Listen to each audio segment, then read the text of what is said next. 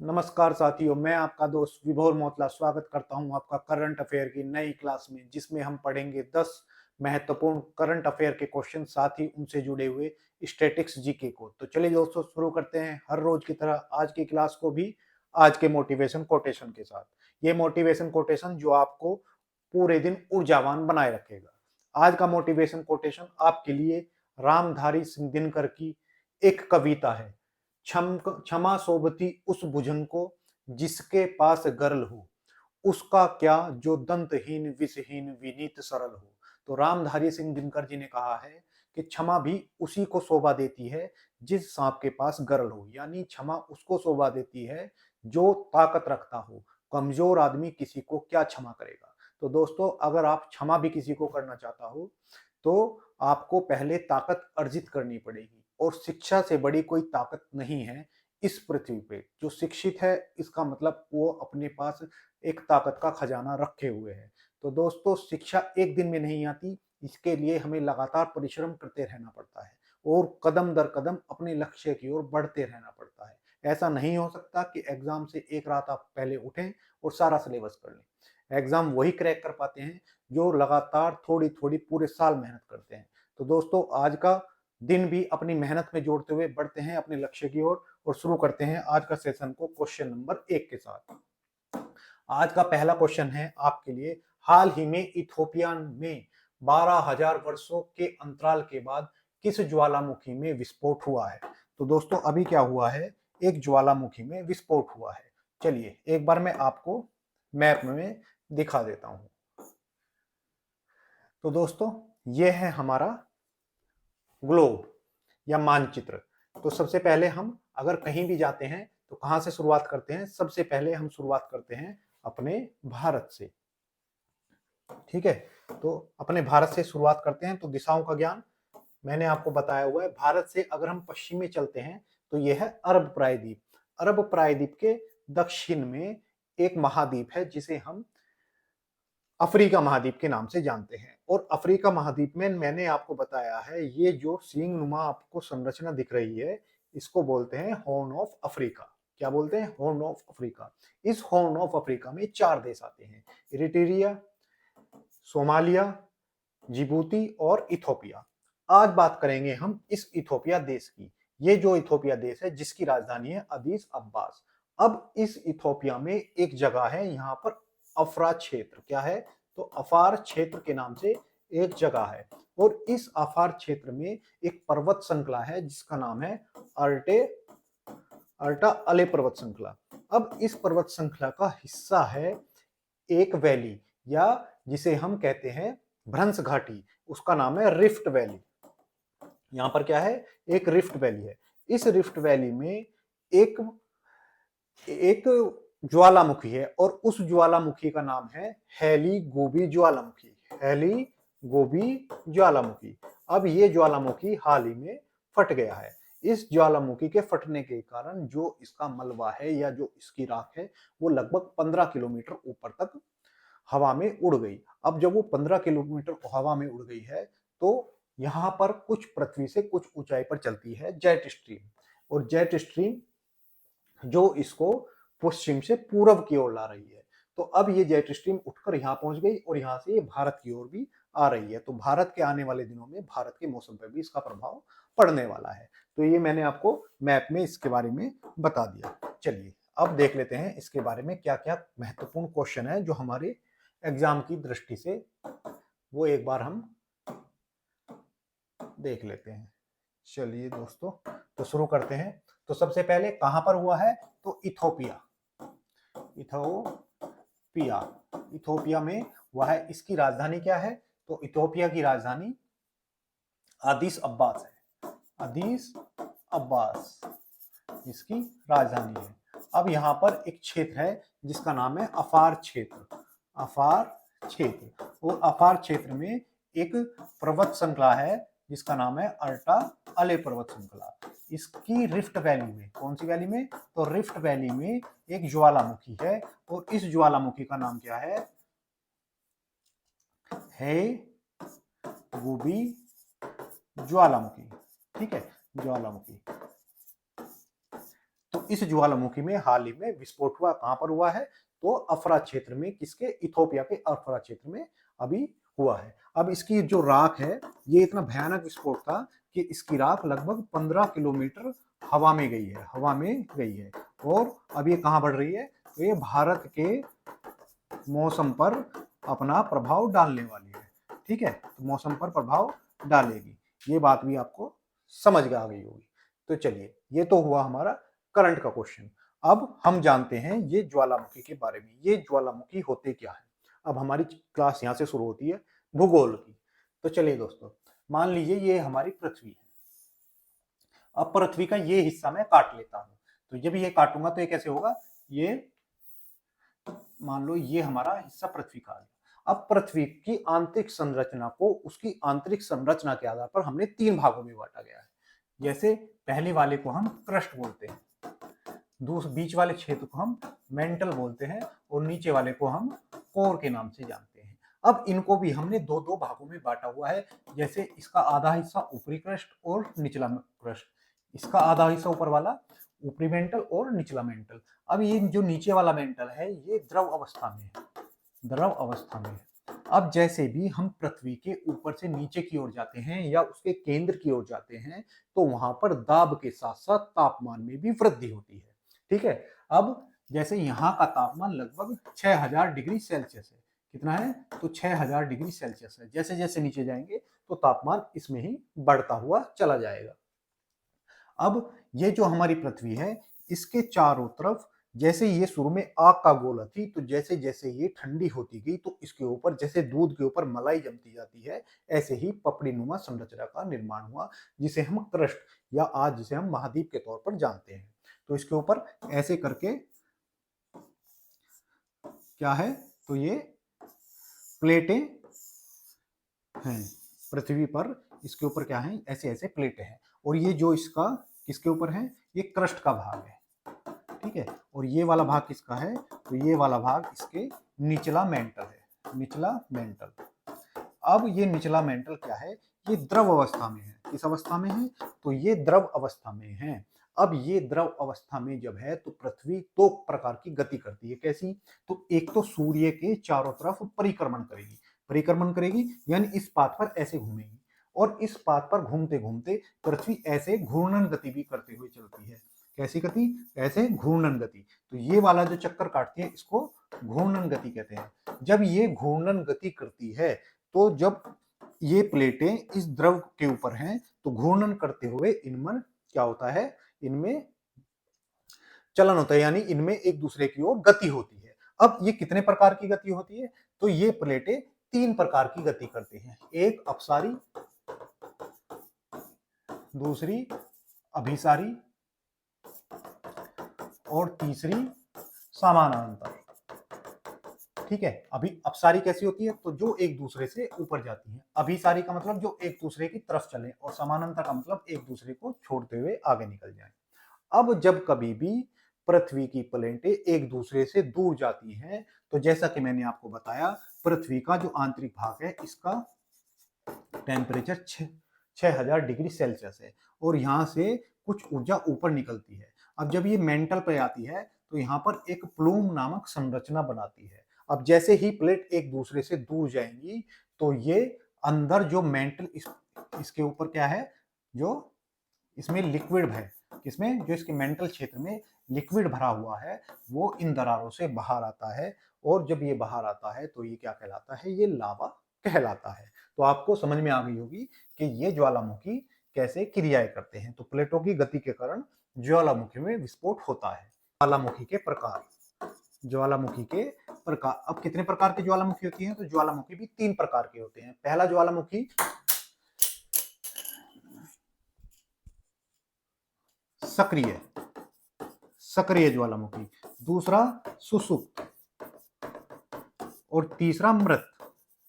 सक्रिय यानी जिसमें से लावा अभी भी बाहर आ रहा है, सुसुप्त जिसमें से लावा हाल ही में बाहर नहीं आ रहा लेकिन आ सकता है, और मृत जिनमें से बहुत लंबे समय तक अभी लावा नहीं निकला है, यानी जो सक्रिय नहीं है वो मृत है। ठीक है, अब बात करूं कौन कौन से सक्रिय ज्वालामुखी जो चर्चाओं में रहते हैं, तो स्ट्राम्बोली, इसे हम भूमध्य सागर का प्रकाश स्तंभ के नाम से भी जानते हैं। दूसरा मोनोलोवा। मोनोलोवा ज्वालामुखी जो कहां पर है, हवाई द्वीप में है। ये कहां पर है, तो इटली के नीचे भूमध्य सागर में स्थित है, स्ट्राम्बोली। तीसरा है कोटोपैक्सी। कोटोपैक्सी ये कहां पर है, तो ये इक्वाडोर में है, इक्वाडोर देश में है कोटोपैक्सी। ये सारे सुकरे ज्वालामुखी हैं जो चर्चा में रहते हैं। चौथा क्या है, बैरन द्वीप। तो बैरन द्वीप कहां पर है, तो भारत का एकमात्र जो अंडमान निकोबार में सक्रिय ज्वालामुखी है उसका नाम है बैरन द्वीप। एक है ओजेस डेल सलाडो। ओजेस डेल सलाडो ये कहां पर है, तो ये अर्जेंटीना में है। कहां पर, तो चिली और अर्जेंटीना की सीमा पर है ओजिस डेल सलाडो। एक है काकाताओ। काकराताओ ये कहां पर है, तो ये इंडोनेशिया में है। तो ये कुछ सक्रिय ज्वालामुखी हैं जो हमेशा चर्चा में रहते हैं। आप इनका एग्जाम में नाम भी याद रखेंगे।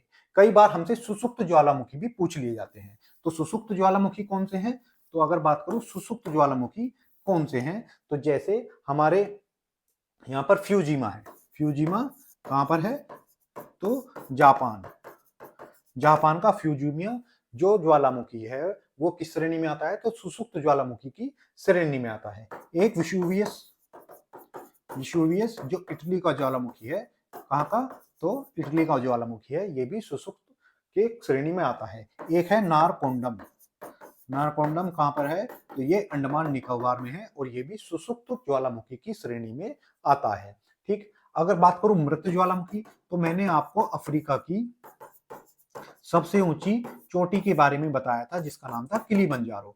तो किलिमंजारो कहां पर है, तंजानिया। और ये एक मृत ज्वालामुखी का उदाहरण है और अफ्रीका की सबसे ऊंची चोटी भी है। ऐसे ही मैंने आपको देमबंद बताया था। देमबंद कहां पर है, तो ये ईरान में है। ठीक है, देमबंद ईरान में है और ये भी मृत ज्वालामुखी है, यानी इससे विस्फोट नहीं हो रहा। ऐसे ही एक एकांका गुआ है, एकांका गुआ, और एक ज्वालामुखी जिसका नाम है चिम्बाराजो। चिम्बाराजो। तो ये ज्वालामुखी जो मृत ज्वालामुखी के उदाहरण है। चलिए, तो ये था हमारा पहला क्वेश्चन। और ये ज्वालामुखी के कारण विस्फोट देखिए कितना धुआं उठा है और कितनी राख आप ऊपर उड़ी है। जलवायु परिवर्तन प्रदर्शन सूचकांक में भारत की रैंक क्या है, तो जलवायु परिवर्तन प्रदर्शन सूचकांक में हमारी रैंक आई है 10। QS world future skill index, QS future world skill index में हमारी रैंक कितनी है, तो हमारी रैंक 25 है। हेनले पासपोर्ट रेटिंग्स में हमारी रैंक कितनी है, तो 85 हमारी रैंक है। ग्लोबल फायर पावर इंडेक्स में हमारी रैंक कितनी है, यानी सबसे शक्तिशाली सेना के तौर पर जिसके पास है उसमें हमारी रैंक तीसरी है। चलिए, अब देखते हैं क्वेश्चन नंबर 2। हाल ही में भारत, ऑस्ट्रेलिया और कनाडा ने किस साझेदारी की शुरुआत की है। अभी दोस्तों क्या हुआ, अभी G20 जो विश्व के 20 सबसे बड़ी जो अर्थव्यवस्थाएं हैं उनका एक ग्रुप है, इसकी अभी मीटिंग हुई थी। कहां पर, तो इसकी मीटिंग दक्षिण अफ्रीका में चल रही थी। कहां पर, दक्षिण अफ्रीका में इसकी मीटिंग चल रही थी। अब इस मीटिंग में भारत प्लस कनाडा और प्लस ऑस्ट्रेलिया, इन तीनों ने मिलकर क्या किया है, इन तीनों ने मिलकर अभी जो हमारा आईटी और प्रौद्योगिकी क्षेत्र है, प्रौद्योगिकी और नवाचार, यानी प्रौद्योगिकी और नवाचार के क्षेत्र में हमने एक साझेदारी की शुरुआत की है। तो कहां पर की है, तो G20 के दौरान की है। G20 का आयोजन कहां हो रहा है, तो G20 का आयोजन हाल ही में साउथ अफ्रीका में किया जा रहा है। G20 का आयोजन भारत में कब हुआ था, तो 2023 में हुआ था।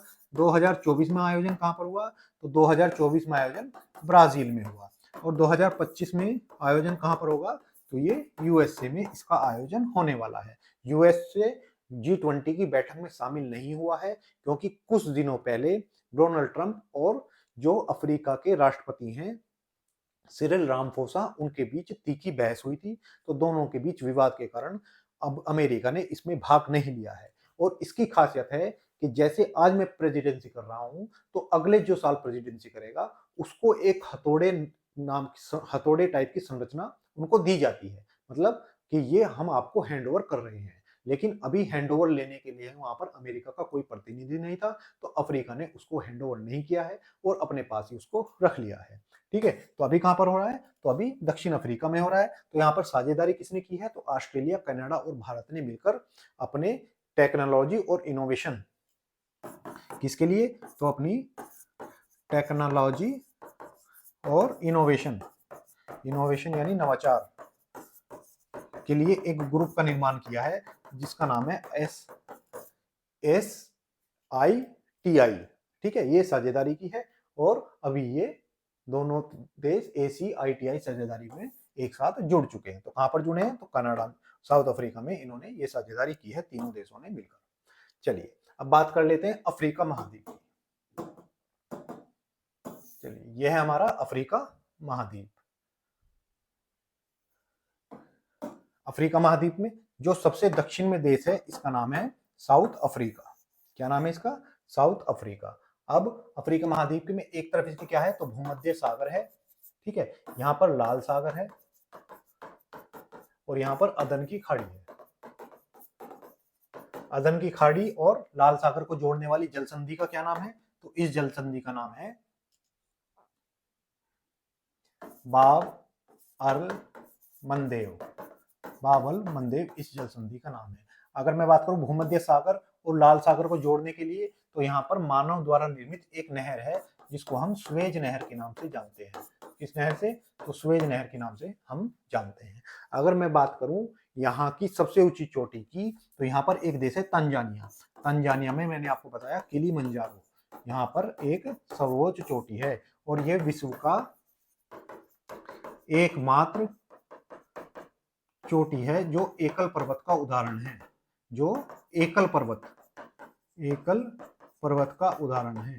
ठीक है, एकल पर्वत का उदाहरण मतलब कि यहाँ पर जैसे हिमालय की श्रृंखला है उस पर एवरेस्ट चोटी है, तो वो एक श्रृंखला का हिस्सा है। ये किसी श्रृंखला का हिस्सा नहीं है, ये अकेली खड़ी हुई एक चोटी है। और बात करें अफ्रीका की, तो यहाँ की सबसे लंबी नदी वो है नील नदी। कौन सी नदी है, नील नदी। अब नील नदी दो झीलों से निकलती है।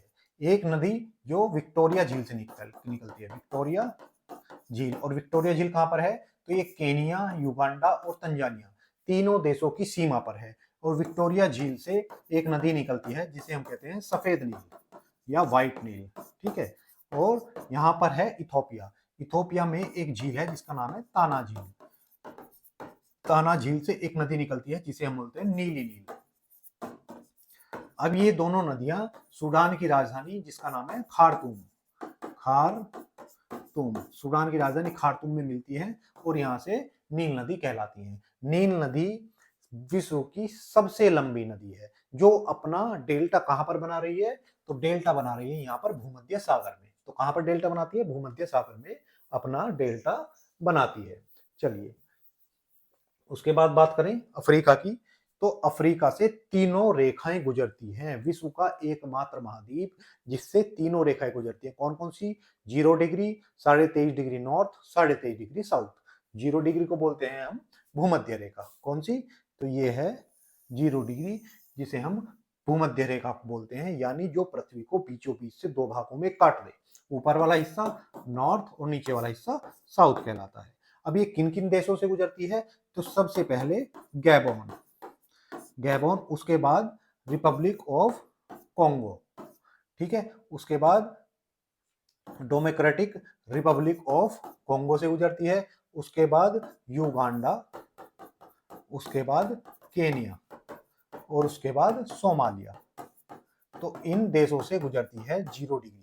अब हम मकर रेखा की ओर चले, यानी 23.5 डिग्री अगर हम साउथ में चलें जिसे हम मकर रेखा के नाम से जानते हैं, ये कितने देशों से गुजरती है, तो सबसे पहले नामीबिया से गुजरेगी, उसके बाद बोत्सवाना, उसके बाद साउथ अफ्रीका, उसके बाद मोजाम्बिक और उसके बाद मेडागास्कर। तो इन देशों से क्या गुजरती है, मकर रेखा गुजरती है।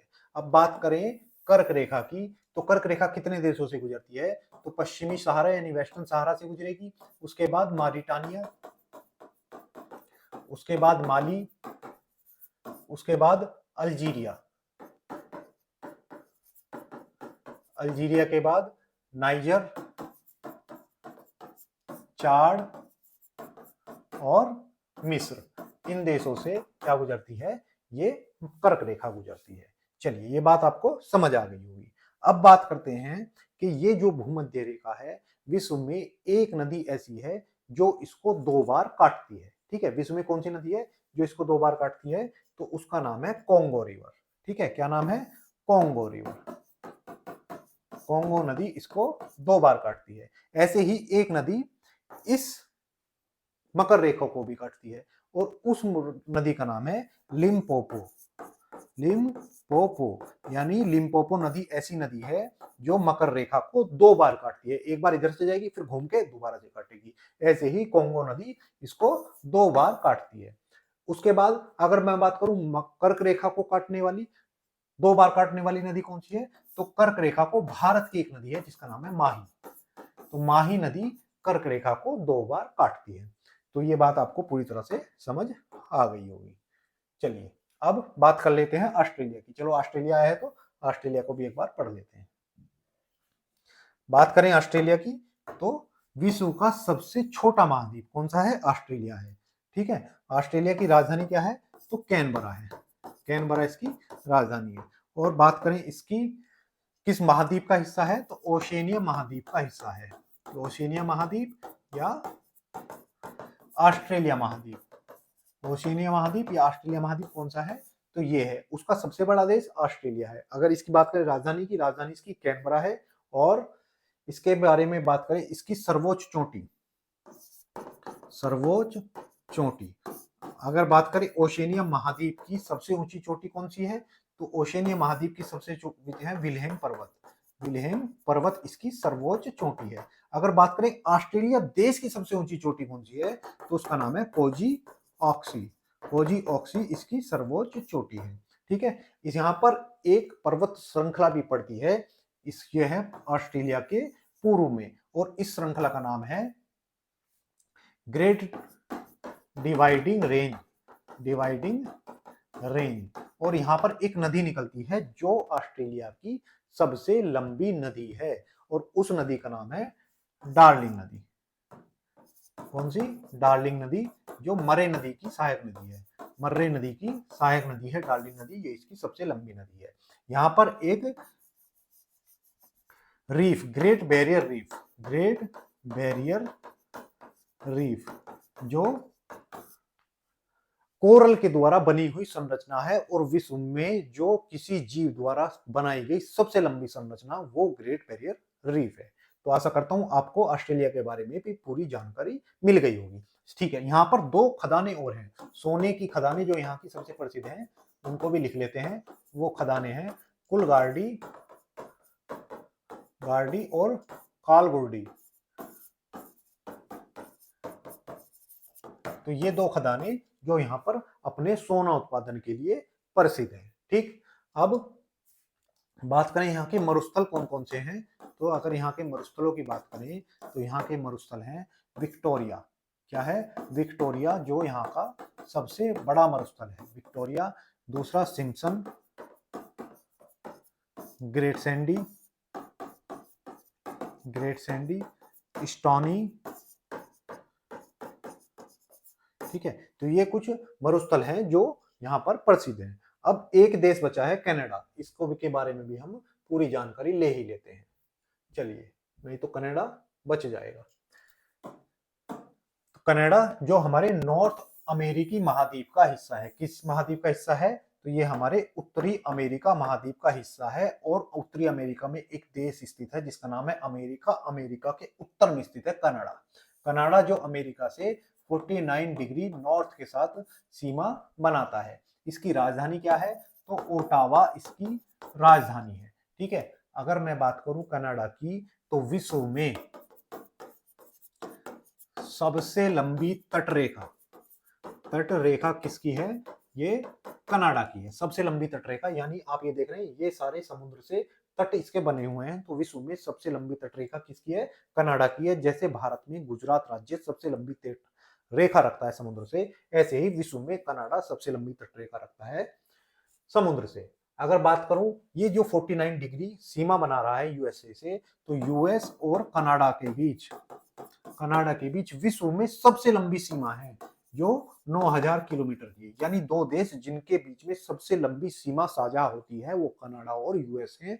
दोनों 9000 लगभग 9000 किलोमीटर की सीमा साझा करते हैं।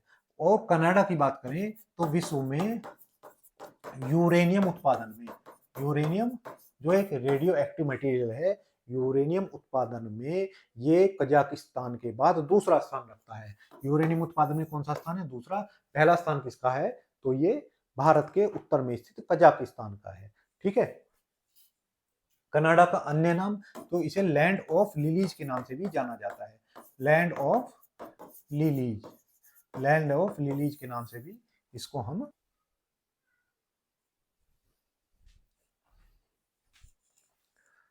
अब बात आई है यूरेनियम की, तो यूरेनियम के लिए यहाँ पे एक झील है जिसका नाम है अथाबास्का झील। अथाबास्का झील, और अथाबास्का झील विश्व में किसके लिए प्रसिद्ध है? तो यूरेनियम के लिए प्रसिद्ध है। एक झील और यहाँ पर है जिसका नाम है विनिपेग। विनिपेग, और इस विनिपेग झील के किनारे एक शहर है जिसका नाम है विनिपेग, और वो विनिपेग गेहूं के लिए प्रसिद्ध है, गेहूं उत्पादन के लिए प्रसिद्ध है। अब यहाँ पर जो मैदान है विनिपेग झील के पास, उनको पेरी के नाम से जाना जाता है। किस नाम से? तो पेरी घास के मैदान के नाम से जाना जाता है। पेरी घास कहाँ पर पाई जाती है? तो कनाडा में पाई जाती है। ठीक है। तो ये हो गई कनाडा के बारे में भी आपको पूरी जानकारी। ये बाकी मैंने इसकी सीमा के बारे में आपको सब कुछ लिखाया हुआ है। फिर कभी जो कोई क्वेश्चन आएगा तो आगे की जानकारी उसमें हम आपको दे देंगे। चलिए, ग्लोबल टेररिज्म इंडेक्स में भारत का स्थान कौन सा है? तो जो आतंकवाद से पीड़ित देश हैं उनमें हम 14वें स्थान पर हैं। ग्लोबल इनोवेशन इंडेक्स में नया हम कितना नवाचार करते हैं, कितनी खोजें करते हैं, उसमें हम 39वें स्थान पर हैं। ग्लोबल हंगर इंडेक्स में यानी भूखमरी हमारे यहाँ कितनी है? तो हम 105वें स्थान पर हैं। वर्ल्ड कॉम्पिटिटिवनेस इंडेक्स में हमारा स्थान कितना है? तो इसमें हमारा स्थान 39 है। चलिए, अभी आता है क्वेश्चन नंबर 3। न्यायमूर्ति सूर्यकांत ने भारत के कौन से मुख्य न्यायाधीश के रूप में शपथ ली है? अभी क्या हुआ है, हमारे 52वें न्यायाधीश का कार्यकाल खत्म हो गया। तो अभी क्या हुआ, जो हमारे 53वें न्यायाधीश हैं, न्यायाधीश, इनके तौर पर किसने शपथ ली? तो सूर्यकांत जी ने शपथ ली। और इनको शपथ किसने दिलाई? तो इनको शपथ दिलाती है हमारी राष्ट्रपति। और राष्ट्रपति का नाम क्या है? तो द्रौपदी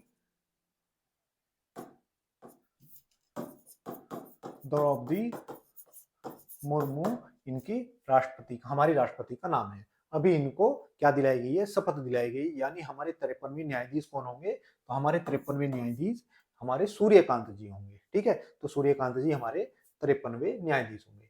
अगर बात करूं मैं सूर्यकांत जी की, सूर्यकांत जी का जन्म 10 जनवरी 1962 को हिसार में हुआ। हिसार कहां पर है? तो हिसार हरियाणा में, हिसार हरियाणा में हुआ। और इन्होंने जो अपने करियर की शुरुआत की थी वो पंजाब और हरियाणा के हाई कोर्ट में जज के तौर पर की थी। ठीक है। 2019 से ये सुप्रीम कोर्ट में कार्यरत है। ठीक है, कार्यरत है। तो अभी इनको शपथ दिलाई है। शपथ किसने दिलाई है? तो हमारे राष्ट्रपति जी ने दिलाई है। ये तो हुआ करंट का क्वेश्चन। अब हम इसके जुड़े हुए स्टैटिक्स जी के यानी संविधान में सुप्रीम कोर्ट के बारे में क्या दिया गया है वो बात कर लेते हैं। तो बात करें संविधान की या इतिहास की, तो सबसे पहले हमारे यहाँ 1773 का एक्ट आया या रेगुलेटिंग एक्ट आया, जिसके द्वारा 1774 में पहला हमारे यहाँ कोर्ट या न्यायालय खोला गया। अब इसके पहले जो कोर्ट खोला गया ये कहाँ पर खोला गया? तो कलकत्ता में खोला गया। और इसके जो पहले सीजे थे यानी चीफ जस्टिस थे, उनका नाम था एलिजा एम्पे। ठीक है। उसके बाद समय आता है 1935 का, और 1935 का अधिनियम आता है जिसे हम मिनी कॉन्स्टिट्यूशन के नाम से भी जानते हैं। इस अधिनियम के द्वारा इस कलकत्ता की जगह दिल्ली में संघीय न्यायालय की स्थापना की गई। संघीय न्यायालय कहां पर? तो दिल्ली में बनाया गया। और इस संघीय न्यायालय के जो सीजे थे यानी चीफ जस्टिस थे वो थे मॉरिस ग्वेयर। तो ये इसके सीजे बने। इसके बाद समय था हमारे देश की आजादी का, 1947 में हम आजाद हो जाते हैं, हमारा संविधान बनता है। अब उसके बाद हम 28 जनवरी को 1950 को हम इस संघीय न्यायालय को किस में बदल देते हैं, सुप्रीम कोर्ट या सर्वोच्च न्यायालय में बदल देते हैं। ठीक है, तो अगर आपसे कोई पूछे हमारे यहाँ सर्वोच्च न्यायालय की स्थापना कब हुई, तो 28 जनवरी 1950 को हमारे यहाँ पर सर्वोच्च न्यायालय यानी सुप्रीम कोर्ट की स्थापना हुई। और जब इसकी स्थापना हुई तो इसके कौन बने CGI, chief justice of India यानी भारत के मुख्य न्यायाधीश, तो उनका नाम था हीरालाल कानिया था। अब ये पहले थे। और 53वें कौन बने हैं, तो 53वें ये बने हैं जिनका नाम है सूर्यकांत जी। ठीक है, 53वें हमारे न्यायाधीश कौन बने हैं, सूर्यकांत जी बने हैं। अब ये तो हुआ हमारा इतिहास। अब बात करें संविधान में इनसे जुड़े हुए सुप्रीम कोर्ट के बारे में क्या कहता है। तो हमारे संविधान का जो अनुच्छेद है, अनुच्छेद 124, ये कहता है कि भारत में एक सुप्रीम कोर्ट होगा। भारत में एक सुप्रीम कोर्ट होगा, ये कौन कहता है, तो ये अनुच्छेद 124 कहता है। साथ ही जब हमारे यहाँ पर सुप्रीम कोर्ट की स्थापना हुई थी, तो तब 1+7 यानी एक हमारा सीजीआई प्लस 7 अन्य न्यायाधीश थे। वर्तमान में कितने हैं, तो 1+33 यानी 34 न्यायाधीश है। जब हमारे यहाँ पर शुरुआत हुई थी तब 8 न्यायाधीश थे, एक सीजीआई, बाकी 7 अन्य न्यायाधीश। अब उनकी संख्या बढ़कर 34 हो गई है, एक सीजीआई और 33 अन्य न्यायाधीश हो चुके हैं। ठीक है, बात करें इनकी योग्यताओं की कि हमारे यहाँ सुप्रीम कोर्ट का जज बनने के लिए योग्यता क्या चाहिए, तो पहला तो वो भारत का नागरिक होना चाहिए। ठीक है, भारत का नागरिक है ये तो योग्यता एकदम पक्की होनी चाहिए। उसके बाद वो 5 वर्ष तक या तो वो सुप्रीम हाई कोर्ट में जज रहा हो, 5 वर्ष तक किसी भी हाई कोर्ट में जज रहा हो, या 10 वर्ष वो हाई कोर्ट या सुप्रीम कोर्ट में वकील रहा हो, या वो हमारे राष्ट्रपति जी जो हैं, राष्ट्रपति की नजर में एक जाना माना विधिवक्ता हो, यानी कानून का जानकार हो। अगर इन तीनों में से कोई एक भी शर्त पूरी करता है तो वो न्यायाधीश बन सकता है। ठीक है, अब इनकी नियुक्ति कैसे होती है, बात करें इनकी नियुक्ति, तो ये नियुक्ति इनकी राष्ट्रपति जी करती हैं। राष्ट्रपति कौन है, राष्ट्रपति किसकी सलाह पर करती हैं, तो सीजीआई जिसे या सीजीआई बोले या कॉलेजियम। हमारे यहाँ पर एक कॉलेजियम व्यवस्था है जिसमें एक सीजीआई होता है प्लस 4 अन्य न्यायाधीश होते हैं। ये मिलकर डिसाइड करते हैं कि सुप्रीम कोर्ट में कौन अगला जज बनेगा। यानी ये भारत की एकमात्र संस्था है जो यह तय करती है कि हमारे स्थान पर आने वाला जो जज होगा वो कौन होगा। इसीलिए हमारी न्यायपालिका में एक भाई भतीजावाद की स्थिति उत्पन्न हो चुकी है और इस पर न्यायपालिका और कार्यपालिका के बीच भी कई मतभेद अभी जारी हैं। ठीक है, अब क्या इस कॉलेजियम व्यवस्था को खत्म करने का कभी प्रयास नहीं किया गया? जी हाँ, बिल्कुल किया गया। कब किया गया है, तो 1 जनवरी 2015 को, 1 जनवरी 2015 को हमारी जब बीजेपी की सरकार बनती है तो ये एक संशोधन के तहत NJAC national judiciary appointment commission के तहत एक अधिनियम के तहत इसको लागू करती है। यानी हमारे यहाँ जुडिशरी में जज कौन बनेगा ये डिसाइड करने के लिए एक कमेटी बनाई जाती है। अब इस NJAC में कौन कौन शामिल था, तो पहला तो इसमें हमारे यहाँ CJI था, 2 वरिष्ठ न्यायाधीश, तीसरा कानून मंत्री, और चौथे इसमें थे कोई विधिवक्ता, जाने माने विधिवक्ता, 2 इसमें और जोड़ दिए गए।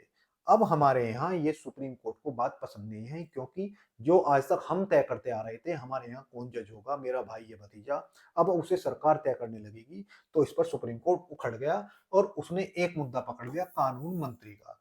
अब ये इस आधार पर उसने इस अधिनियम को अवैध घोषित कर दिया। कारण था कि हमारा अनुच्छेद 50 जो है वो कहता है कि न्यायपालिका और कार्यपालिका का पृथक्करण, यानी दोनों अलग अलग रहेंगे और दोनों एक दूसरे के कार्य में हस्तक्षेप नहीं करेंगे, जबकि न्यायपालिका हमेशा ही कार्यपालिका यानी हमारी सरकार के मामलों में हस्तक्षेप करता रहता है, लेकिन सरकार उसके मामलों में हस्तक्षेप नहीं कर सकती, ऐसा इनका कहना है। तो अभी इसको फिर रद्द कर दिया गया। ये कब लाया गया? तो 2015 में 99वां संविधान संशोधन के तहत ये लाया गया था।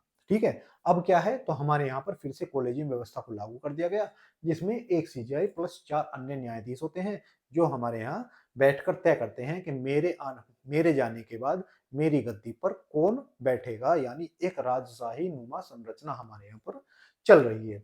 ये हमारे न्यायाधीश की नियुक्ति होगी। अगर बात करें सीजीआई की नियुक्ति कैसी होती है, चीफ जस्टिस की, तो जो कार्य में सबसे वरिष्ठ होगा, यानी जिस जज ने सबसे अधिक समय तक सुप्रीम कोर्ट में अपनी सेवाएं दी होंगी, वो वरिष्ठ माना जाएगा और उसी की नियुक्ति वरिष्ठता के आधार पर सीजीआई के तौर पर की जाएगी। क्या हमेशा से ही ऐसा होता रहा है? नहीं, कई बार इसका उल्लंघन भी हुआ है, लेकिन सामान्यतः ऐसा ही होता है। क्या भारत में कोई महिला न्यायाधीश रही हैं? जी हाँ, फातिमा बीवी। फातिमा बीवी क्या थी? तो ये हमारी पहली महिला न्यायाधीश थी, पहली महिला न्यायाधीश थी। ठीक है, पहली महिला न्यायाधीश। क्या सुप्रीम कोर्ट में कोई महिला सीजीआई रही है?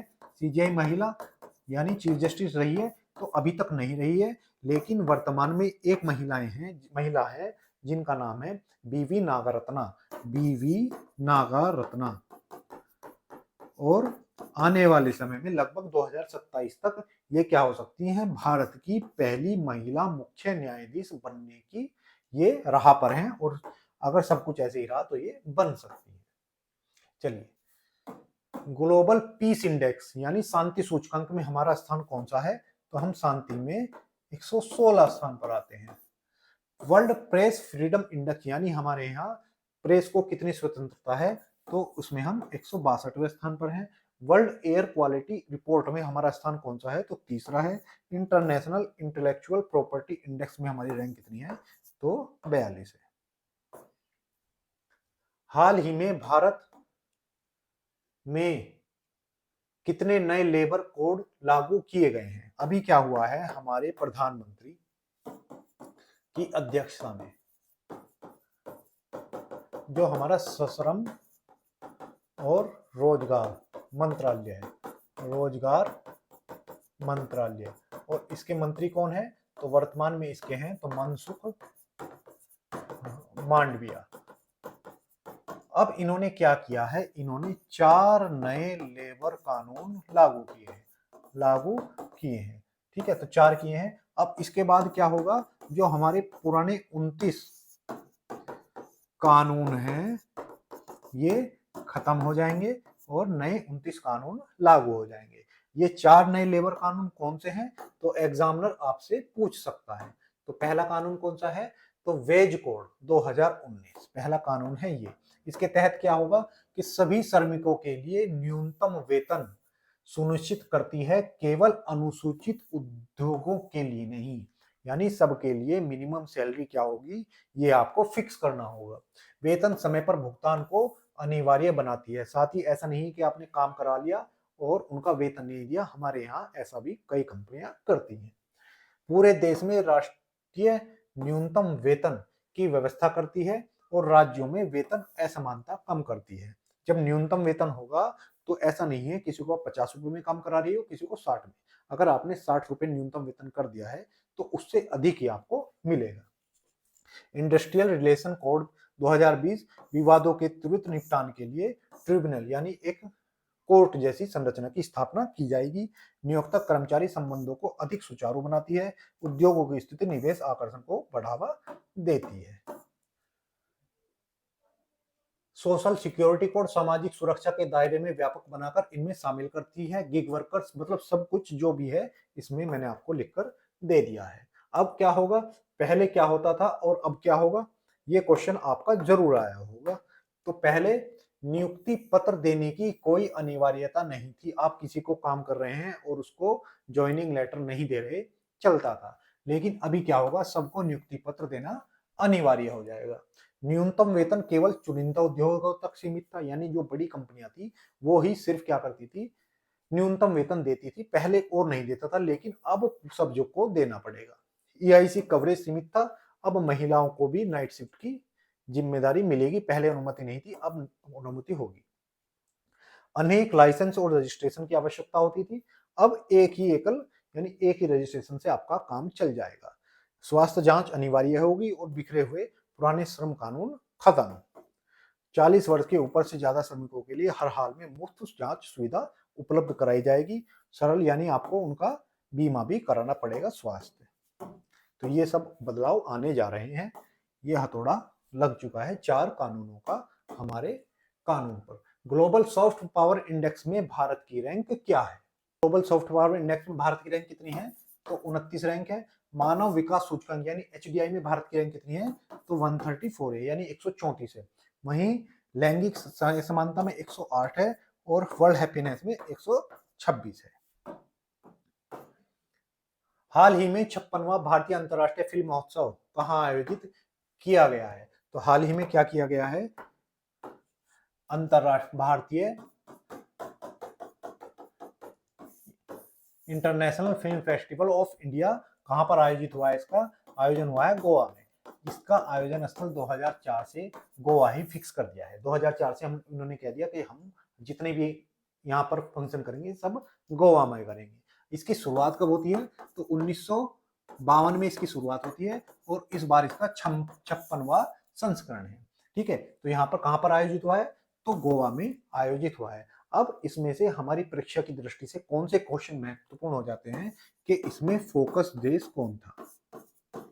ठीक है, यानी हमारा यहाँ पर फोकस किस देश पर रहा, भागीदारी किसने की, यानी भागीदार देश कौन सा था, फोकस किस पे रहा और भागीदार कौन सा था। और स्पॉटलाइट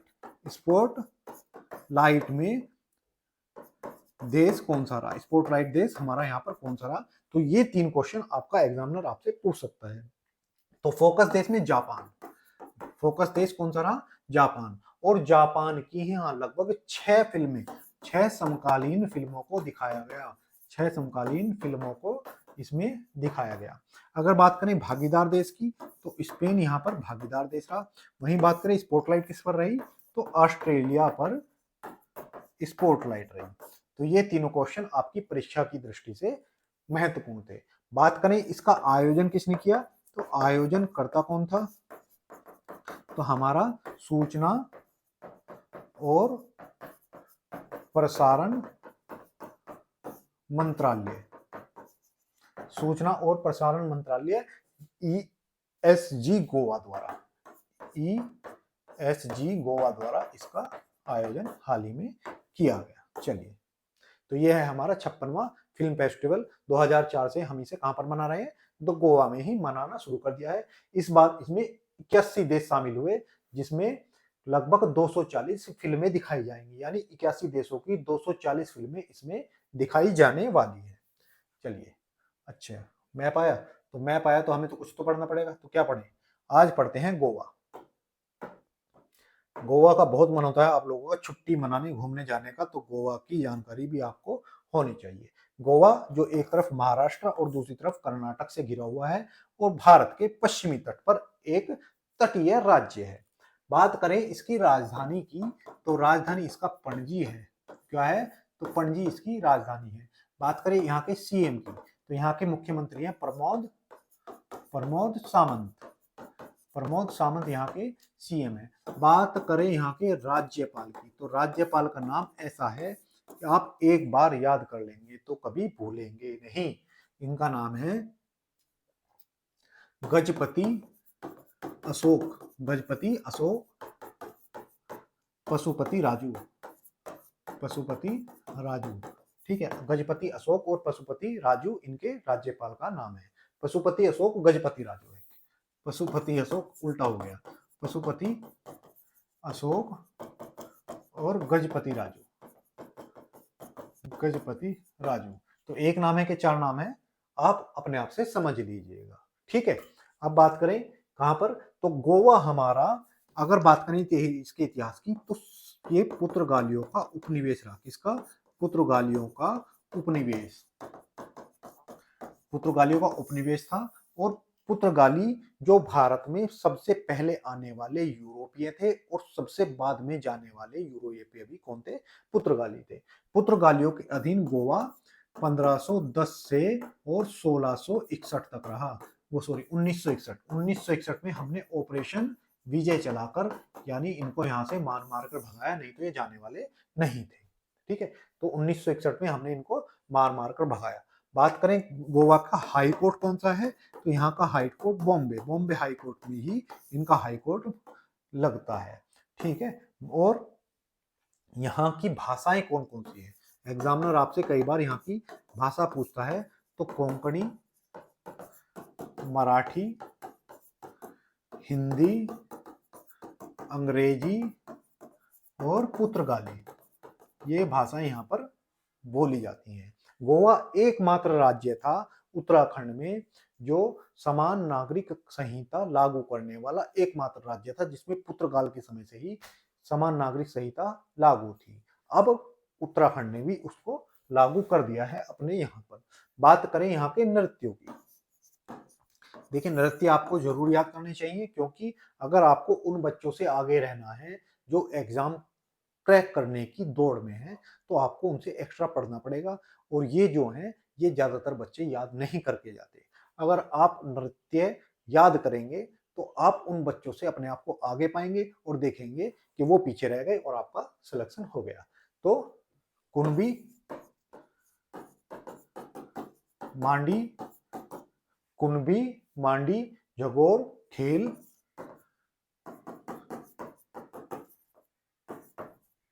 और टकनी, ये यहाँ के नृत्य हैं। बात करें नेशनल पार्क की, नेशनल पार्क या राष्ट्रीय उद्यान कौन सा है, तो एकमात्र यहाँ का नेशनल पार्क है और उस नेशनल पार्क का नाम है Mollem national park. Gujarat sorry ये जो गोवा है इसमें लोकसभा की कितनी सीटें हैं, तो लोकसभा की यहाँ पर 2 सीटें हैं, राज्यसभा की यहाँ पर 1 सीट है और विधानसभा की यहाँ पर कितनी सीटें हैं, तो विधानसभा की यहाँ पर 40 सीटें हैं। चलिए, वर्ल्ड हैप्पीनेस रिपोर्ट 2024 में हमारी रैंक क्या रही है, मतलब हम कितने खुश हैं, ये विश्व की संस्था ने बताया है कि हम यहाँ पर किस रैंक पर रहे, तो 93वें स्थान पर रहे। विधि के शासन यानी कानून का शासन हमारे यहाँ कितना है, तो उसमें हम 79वें रैंक पर रहे। ग्लोबल लाइवेबिलिटी इंडेक्स में हमारी रैंक क्या है, तो 141वीं हमारी रैंक है।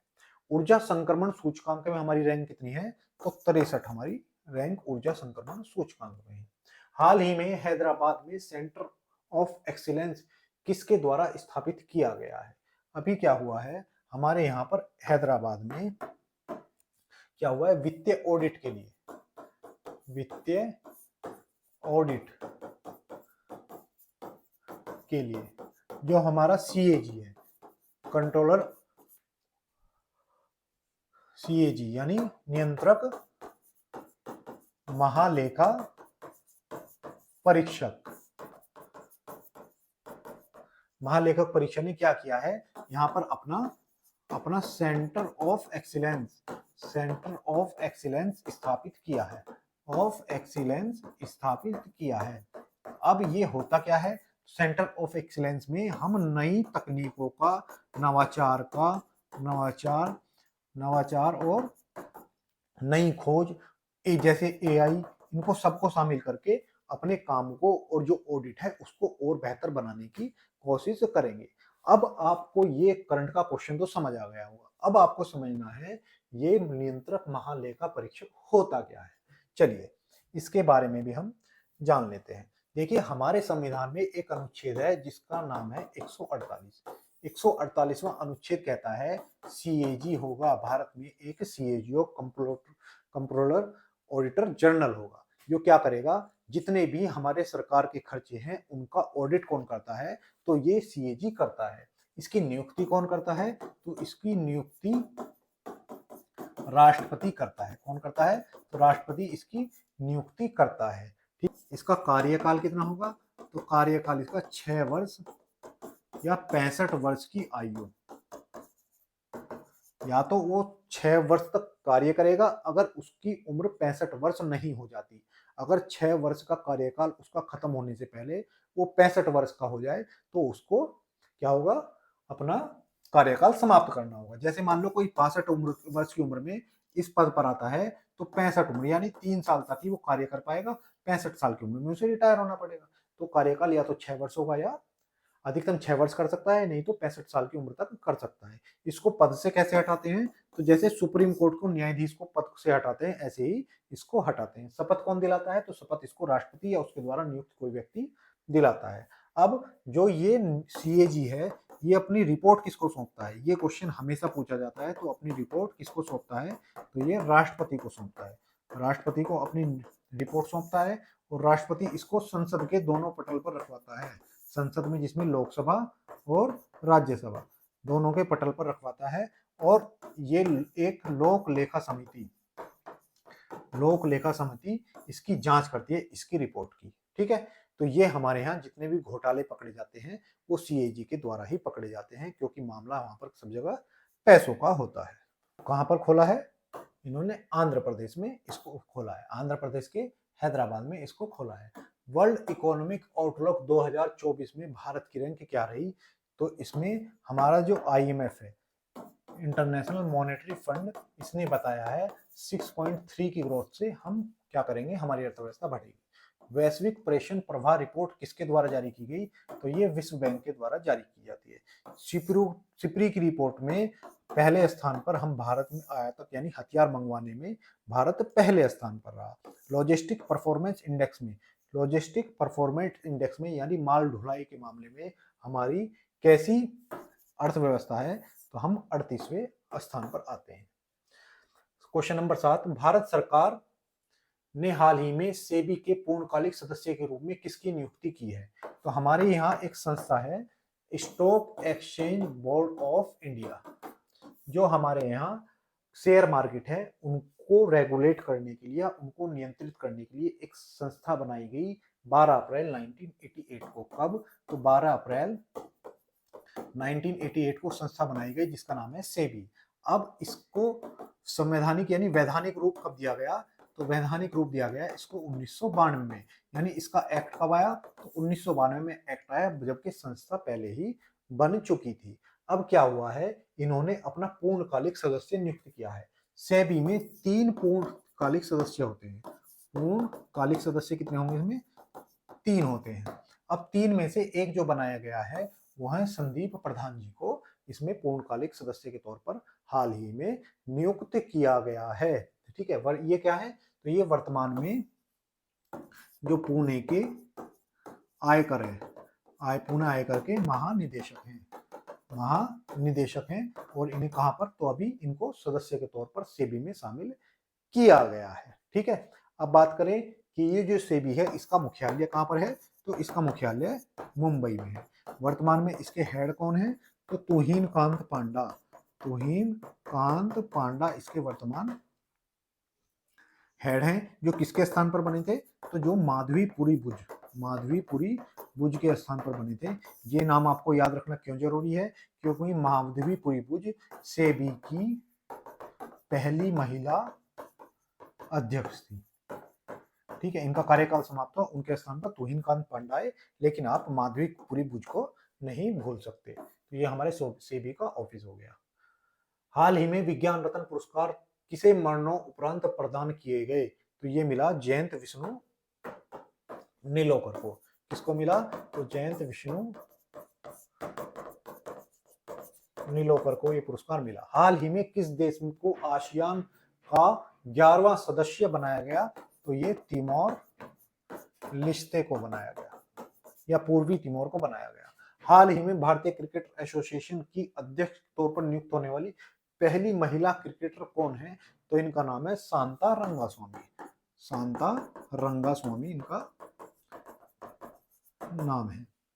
हाल ही में IUCN का 90वां सदस्य कौन बना है, international union for conservation of nature का 90वां सदस्य कौन बना है, तो इस देश का नाम है टुवालू देश IUCN का 90वां सदस्य बना है। क्वेश्चन नंबर 8 देखते हैं, क्वेश्चन नंबर 8 है, हाल ही में अमित अग्रवाल को किस पद पर नियुक्त किया गया? तो ये हमारे हाल ही में दूरसंचार सचिव बने हैं। ठीक है, कौन बने हैं? तो अमित अग्रवाल जी हमारे दूरसंचार सचिव बने हैं। हाल ही में भारत और यूरोपीय संघ द्वारा ड्रोन पर केंद्रित पहला संयुक्त आतंकवादी रोधी अभ्यास कहाँ आयोजित हुआ है? तो ये हमारा मानेसर में। कहां पर? मानेसर, गुड़गांव। संयुक्त समुद्र शक्ति नौसैनिक अभ्यास भारत और किस देश के बीच होता है? तो समुद्र शक्ति होता है इंडोनेशिया और भारत के बीच। हाल ही में नीरज चोपड़ा को प्रादेशिक सेना में कौन सी मानद रैंक दी गई? तो इनको लेफ्टिनेंट कर्नल बना दिया गया है। हाल ही में 2025-26 में FICCI के अध्यक्ष कौन बने हैं? फोर्ड कॉर्पोरेशन ऑफ इंडिया के अध्यक्ष बने हैं अनंत गोयनका।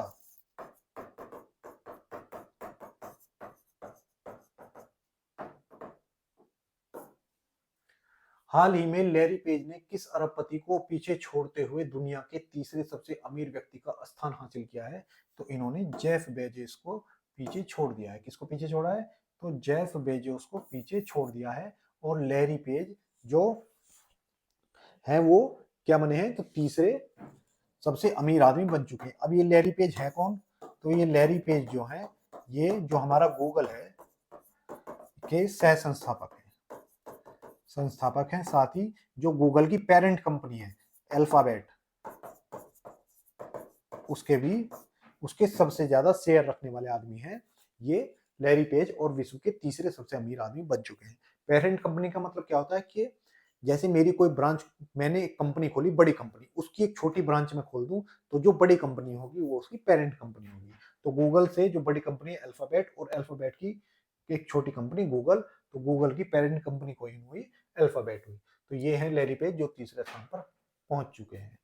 हाल ही में भारत ने किन देशों में अपने मिशन को पूर्ण दूतावास का दर्जा दिया है? तो अभी कहां पर दिया है? हमने अफगानिस्तान में।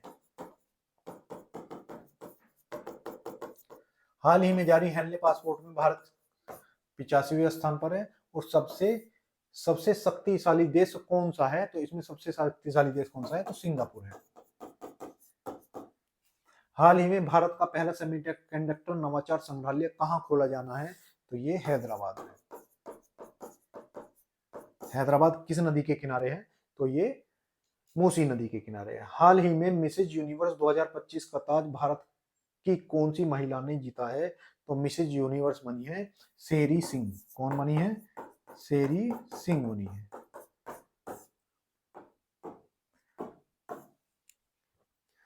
शाई होप ने कितने फुल मेंबर देशों के खिलाफ ओडीआई शतक जमाए हैं? तो जो शाई होप है, इन्होंने 12 देशों के पास, तो 12 देशों के साथ विश्व में शतक लगाने वाले एकमात्र बल्लेबाज कौन है? शाई होप है, और ये वेस्ट इंडीज के खिलाड़ी हैं। नेपियर में न्यूजीलैंड के खिलाफ खेली इनकी 108 रन की पारी के बाद इन्होंने ये मुकाम हासिल किया। तो ये थे हमारे आज के 10 क्वेश्चन। आशा करते हैं आपको ये हमारा प्रयास पसंद आया हो। तो कृपया वीडियो को लाइक करें और चैनल को सब्सक्राइब करें। आज के लिए इतना ही, धन्यवाद।